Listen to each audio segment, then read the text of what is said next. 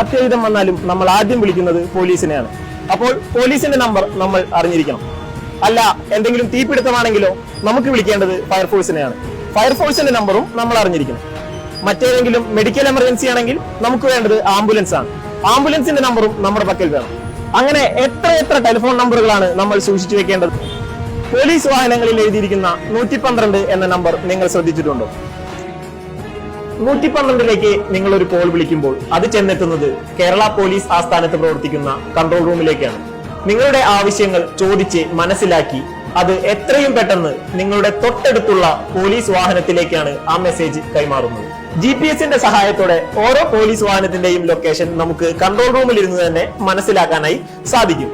നിങ്ങളുടെ ആവശ്യം എന്താണോ ആ ആവശ്യം ഒരു മെസ്സേജ് രൂപത്തിൽ പോലീസ് വാഹനത്തിലേക്ക് കൺട്രോൾ റൂമിൽ നിന്ന് അയച്ചു കൊടുക്കുകയും അതിന്റെ അടിസ്ഥാനത്തിൽ ആ വാഹനത്തിലെ പോലീസ് ഉദ്യോഗസ്ഥർ പ്രവർത്തിക്കുകയും ചെയ്യുന്നതാണ്. ഇത് കേരളത്തിലെ കാര്യം. ഇനി നമ്മൾ കേരളത്തിന്റെ പുറത്തൊരു യാത്രയിലാണെന്നിരിക്കട്ടെ, അവിടെ എത്തി കേരള പോലീസിനെ വിളിച്ചിട്ട് എന്താ കാര്യം?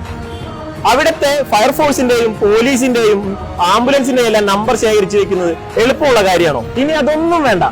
അത്യാവശ്യ ഘട്ടങ്ങളിൽ നിങ്ങൾ പോലീസിനെ വിളിക്കാറുള്ള 100 എന്ന നമ്പറിന് പകരം ഇനി മുതൽ 112. രാജ്യം മുഴുവൻ ഒരൊറ്റ നമ്പർ 112.